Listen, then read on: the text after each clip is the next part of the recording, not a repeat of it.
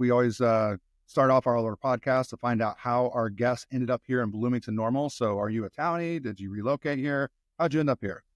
Yeah, so I am not a townie. I'm a transplant. My husband, Josh, was previously in sports journalism, and we relocated here in 2018 when he decided to uproot his entire career and leave sports journalism. And now he works with ISU in admissions, doing communications for admissions. So I'm a trailing spouse and have been our entire marriage, because when he was in sports journalism, anytime he wanted to level up his career, we had to move states. So we have lived in many different states, which has given me, I feel like, a very unfair advantage in my career as an economic developer to see how things are done in different places, even though I've not been in economic development in any state. But here, it's, if you keep your eyes open wherever you're living, you kind of get a feel for how they're doing things. That's, always been a trailing spouse and have always been a transplant. Yeah, so that is a unique fact too. The fact that you've lived in so many places, and you're right, in economic development, there's not one way to do it. It's even over my career, going from Decatur to Tinley to down here, economic development meant something different to everybody. It really depends on your industry and your community on what the focus is. So besides that you've lived in a lot of locations, what is a unique personal fact about yourself? Ooh, unique personal fact about me. I am a huge musical theater nerd. I feel like a lot of people, I don't know, wouldn't know that about me unless I tell them. It's, I don't exude that personality. I don't know. I don't feel like I'm very over the top. And a lot of people who are really into musical theater are, not to generalize musical theater people, but a lot of times they're very over the top. But I love musicals. I was in musicals all in my high school career, in, all of the summer camps that I went to. That's a unique fact about me. That is. Do you do any of the musical theater around here? I don't, because I just genuinely don't have the time. I would Okay. love Makes to. sense. I would love to get involved. Community Players is amazing. We go to a lot of their shows. If you haven't been to a Community Players show, you should definitely go. Our son does the summer theater with Normal Parks Department. We are residents in Normal, even though I work for Bloomington. We live in Normal, so he does the Normal Parks Theater. So please don't fire me, Bloomington. Yeah, we're big theater people, so definitely check out Community Players. Nice. And then another fun fact, I think, didn't you make like 20 under 40 for the area, for the Yeah. Panagram? Yep, that's a fun fact too. Yeah. Fun fact about me, 20 under 40 and the Liz Larson's Rising Leader as well. Yeah. Nice. Very cool. Okay, then let's talk a little bit about your role at the city. What's your title? What do you do? What's day-to-day look like? Day-to-day is different, as I think any economic developer would admit. So my role is an economic development advocate. So that's a lot of project management, a lot of leading people through the process of permitting. I work with landowners, developers, site selectors, architects, engineers, really anyone that would be involved in the process of development. I'm going to be working with them directly, city staff internally, administration, and just, really working them through from point A to point B, all the way to point Z, right? Like, what do you need when you start out? Where are you going to end up? I'm going to be that person that you lean on outside of incentives. We have someone else that's going to be their, primary role, and that's Ellen Robertson, our economic development manager. So whatever you need, I'm going to be your girl. I'm your main project manager. I also do a lot of our outside community relations for economic development. I handle all of our marketing for economic development in our department. We recently split one very large department, which housed grants, code enforcement, downtown development, building safety. Everything was all in one, and we split those into two. And so I'm still helping them with a lot of their marketing and things as well. So a little bit of everything all in one. Nice. And it is, I've been asked a lot throughout my career, like, why is there an EDO, and then why are there municipal EDs as well? And we've always used the analogy, like football, we toss the ball. Like, it's literally, they'll come in, depending on what industry that they're in. Like, we don't do retail whatsoever or non-retail economic development. But once that happens, like, we have to have someone to hand the ball off, because if someone's not in your shoes, then there isn't a project manager that's going to carry it through. And if that happens, they can not everybody. There's some companies that are big enough that are working with developers that know exactly how to get through the system because they've done it in multiple communities. Others is a small mom and pop that's coming in, they have no idea. So they have to have somebody like you to walk them through that process because it can be intimidating. And I remember the first time I got started, seeing all the hoops you had to go through, which is kind of funny because I don't think that we think of them as being that bad compared to some other areas like Cook County is a whole other, animal to get through.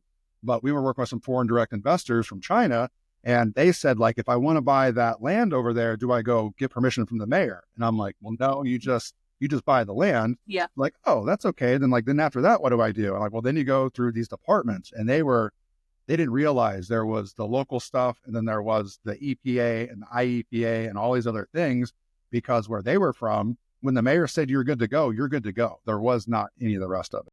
Yeah. So it is a learning curve. You mentioned hoops too. I mean, that's something that once we split the department into two departments, we really are taking a look at what is being perceived as a hoop and how can we break down those barriers and make processes easier, more streamlined so that we're, business friendlier, right? We were already business friendly. How can we become more business friendly? So we're taking a look at our plan review process. We're taking a look at our zoning code. We're taking a look at all of these things and seeing how we can, break down more barriers. How can we streamline things? How can we have less hoops to jump through? And so that's one of the processes that I'm working on too. And it is kudos to your department because I know that Ferrero, when they came in, they had plans to do the chocolate production facility, and things went so well that they moved on to the next phase, which is the Kinder Bueno line, which is all good to go. So that's testament to you guys and what you guys do at the city.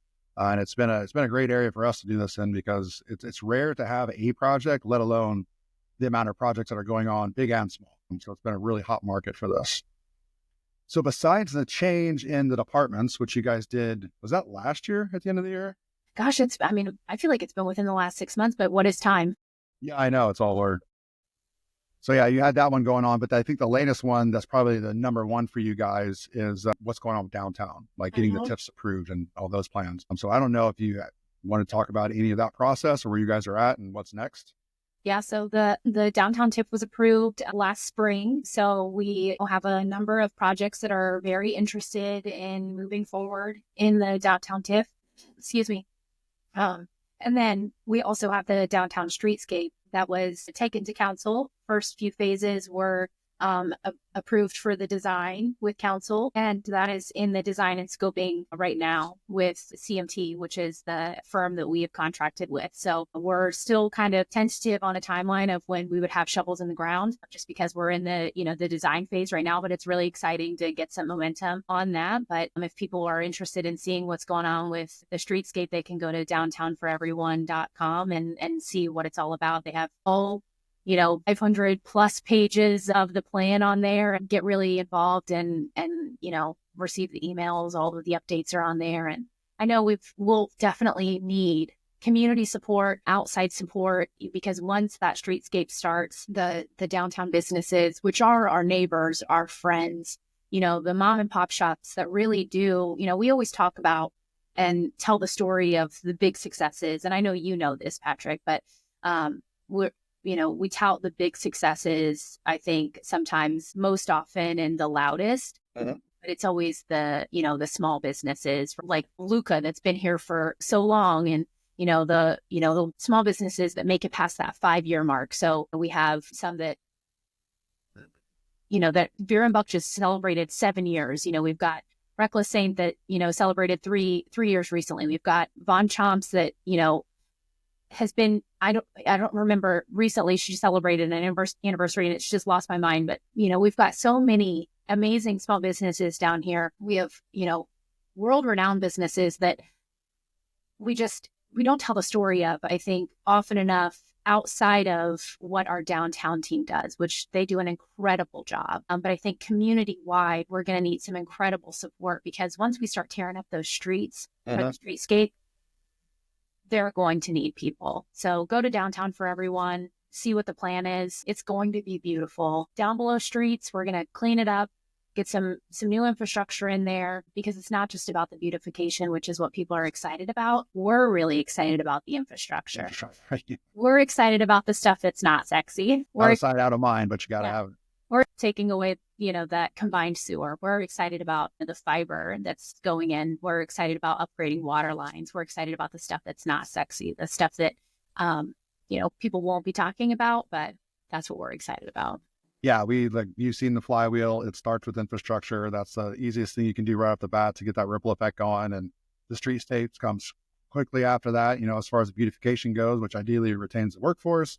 And the quality of life, quality places there. My wife and I spend so much time down there, especially with different concerts, whether that's at the castle or even just what you guys recently did with Poor Brothers and the Porcade. And we spent a lot of time at Brass Pig. Like, we've got our favorite spots. And of course, Coffee Hound. But yeah, downtown's going to be amazing. It already is amazing to us. Like, we do a lot of things down there, and the street festivals and the farmers markets and so much activity already. So we're really looking forward to what that's going to do, especially into opening up some development opportunities on some of the upper floors after you guys put all that money in the infrastructure at the base. So that is very awesome. And also, I got to give a shout out to one of our county grant recipients, which is a Revolving Sushi. That place is very cool. Very cool. Very, very cool. And I think there's probably a lot of hidden gems around here, because I think at one point we were known, Veterans Parkway, having like more chains per capita, but there's so many local mom and pops that are destinations. And it's really cool to see those. Visit BN, the Convention and Visitors Bureau, just recently did a restaurant week. Yes. It was towards the end of last month. And I would just really love to see that grow bigger and bigger and bigger every single year with all of these, smaller, locally owned businesses, right? I mean, this year, I think it was a huge success, but wouldn't it be so cool if that became, just this huge tourism driver, which is exactly what they're going for, right? But to become something, as big as like the one in Chicago or St. Louis, right? So. Yeah, you did explain what CVB means, and we kind of glossed over TIF because we say it so much. But TIF, anyone listening, tax increment financing. Do you want to talk about like how that financial mechanism works? So we'll TIF an area, and they'll take the base value once you've purchased a property, and they'll freeze that base value, and we'll use this as an incentive tool. So after an area is designated as a TIF, the amount of the property tax that's generated at the set based equalized assessed value, that base value, the property value, once it increases, all property tax growth above that amount can be used to pay back as incentive. So we don't pay anything up front in an incentive. We always pay after. We're not like a pay anything up front in an incentive kind of municipality, because we're very risk averse, if that makes sense. So the best way that we like to describe it is, as a risk averse municipality, we are, protecting taxpayers in that way. So we are a pay-as-you-go basis in individual projects. There are also a lot of statutes in the TIF language. TIF language. TIF statute. Thank you. That's what I was looking for. At the end of the TIF period, so either at the end of the agreement or at the end of the life of the TIF, all of the property taxes would then just be collected and divvied out at that point. Increased levels of the increment are no longer collected at that point, and the TIF no longer remains in place. And that's a good way to go, is pay to play, because I think it was California that got in trouble with TIFs because they would bond for everything up front, expect this big growth, and then the growth didn't happen. Right. And then they had to pull from other, revenue mechanisms to pay for that bond that they ended up doing. Right. So yeah, the pay to play, the rebate formula to do that is a good way to structure incentives. And also you put in there the equalized assessed value. That's what most people call EAV. Mm-hmm. As that goes up, that's exactly what it is. That increment in TIF increment is what you're able to use for incentives. But as you mentioned, the statute, there's only certain things you can spend that on. It's not for everything, but it's a really good tool. And I know historically it is a 3-letter acronym, but most people think it's a 4-letter word, but used correctly, they can do amazing things. So we're looking forward to the fact that you guys got that on there. And you do have some vacant sites still too, where you can capture it all, like 800 North Main. Very happy to see that added in there. It's a ton of potential on a busy road next to a wonderful university in between downtown and Illinois Wesleyan. So that's got a lot of potential. If any developers are interested, contact Sam. But yeah, we're excited to see what will come, because you got a fresh TIF, you've got a plan to beautify it, and all that can be used for a lot of the, I'd say, underutilized buildings, because there's gorgeous architecture down there, but with the right structure, with an incentive inside of a TIF, you guys can do some really cool stuff. Yeah. I think we're at the very beginning of some neat things for downtown. Yeah. And the incentive process is something that all goes through Ellen as well. So, and that's something that's also, so I mentioned our process is being reevaluated. That's another one that's being reevaluated. We do have like an incentive application and other, there are other incentives that could be negotiated in a package. So TIF is, one of our biggest tools, one of our most effective tools in our toolbox. And definitely in the downtown, it's one of our largest tools right now that we have in our toolbox, because it's a brand new TIF. There's so much life left in it. Yeah. So if you're interested in like you said, that 800 North Main is obviously a big property. We have a lot of that land is city-owned land. And we've got the former Coachman Motel property, smaller parcel there, but we have a number of vacant properties in the downtown, and the downtown TIF is massive. I mean, if you looked at that map, it's massive. I don't know if people think about that as being an incentive, but the fact that you guys own your own land, that's a huge tool as well. So you stack municipal owned land with a TIF. There's an enterprise zone on top of it. There's the bonding authority that we're a part of with TRIVDA. And then also the new one, CPACE, that just got put in place. There's a lot of things that you can stack in order to make up some of that gap, because our lenders are also risk averse. So they want to see a return. The city wants to see a return, and so does the developer. So to make all that work, it's our role as economic developers to stack as many tools as possible. So it's great to see more tools added to the toolbox. Let's shift gears a little and talk about, besides downtown, I don't know if you can do this outside of downtown, but if you had a prospect in town and maybe they're brand new to the community, they just joined our awesome Rotary group in the morning, and they're like, what's the perfect day? How are you going to show me off? How do you show off the community? Where are you taking them? Well, I mean, you said besides downtown, but there is no community without showing them all of it, and all of it also includes downtown. So I definitely would have to take them downtown as well. So, I'm obviously taking them to one of our fabulous coffee shops. I'm going to let them have a choice, though. So I'm going to list off all of my favorite coffee shops in town, and I'm going to give them a choice. So my favorites include, of our fabulous coffee shops, they're going to include Coffee Hound, Recreation, Level Up. If we're in a hurry, I'm going to say, the drive-through at Bloom, right? So those, for me, those are my favorite coffee shops. We obviously have plenty of other fabulous coffee shops. Like, I'm not throwing any other coffee shops shade. Those are just my favorites. Then I'm going to just take them for a drive. Take them on a drive around town. I'm going to show them Miller Park, incredible asset to our community. Take them on a drive towards the airport. Obviously we're going to stop for lunch. I think I probably would stop at Ancho and Agave, because I love the Southwest quesadilla. Okay. It's one of my favorites. Do you ever get the taco board where you get all 12 tacos? I don't. We've done that before. That's good. It's impressive when they bring it out. Yeah. Otherwise, I would have said that we would go to Rosie's, but you said no downtown. Yeah. Just had lunch there yesterday. I would, this is a business meeting, or else I would throw some shopping in there. So I don't know. Maybe they want to go shopping, but maybe not. So I'm going to take them on the full tour of town.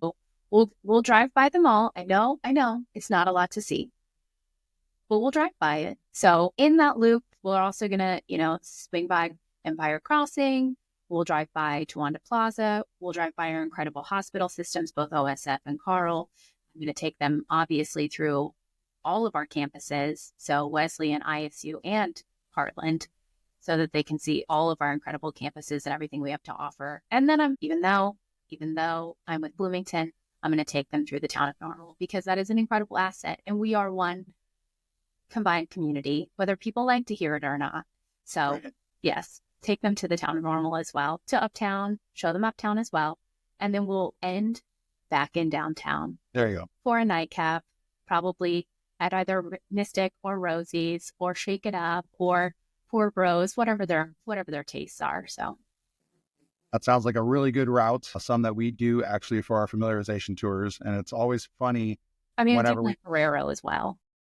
well, yeah, might as well. Yeah. But whenever we do take people out, so we actually rented out all the bakery and pickle one time, and we Oh, had yeah. a group of site selectors. There was like 3 or 4 of them just from all around the country, and they were shocked at how well like the food was prepared. Like we had no idea you guys know how to cook like this, because to them that was like Chicago level dining, and it is Oh, yeah.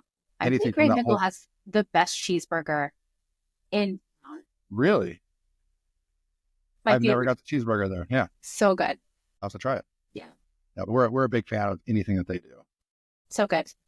So the next question then is going to be, well, first of all, you did say the cheeseburger. Is there like one item while you're in Bloomington-Normal you have to get it? Like, Well, is it that cheeseburger? I mean, I'm here all the time.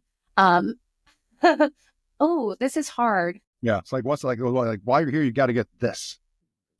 So when I have somebody in town, what would be the one item I would tell them that they would have to get? Got to get here. Yep. Yeah, I mean, maybe have to have them go get a cheeseburger from Bakery and Pickle. Although I do take. I mean, I take a lot of people to Anjou, Okay. which, I mean, their cornflake chicken is very good. So cornflake chicken at Anjou, or I mean, just anything on the menu at Rosie's, can't go wrong there. So as you can see, the theme for me is just genuine downtown Yeah. food, downtown, a cocktail. It works. You need a Yeah, pick.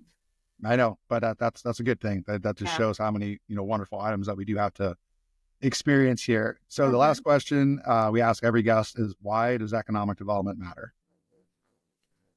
Economic development matters no matter where you live because at its core, it's what builds community, right? It has so many different definitions. I think you could ask any person who works in economic development what economic development means, and they're going to give you a different definition. But at its core, it's building community. You can't ask a single economic developer or a single person who is in placemaking, planning, or a similar respective career if that didn't matter, right? And they wouldn't say, I mean, you're crazy.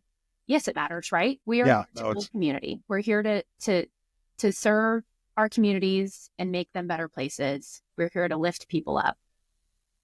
I don't know about you, but like I've been in multiple industries, not that many, but like real estate development, advertising.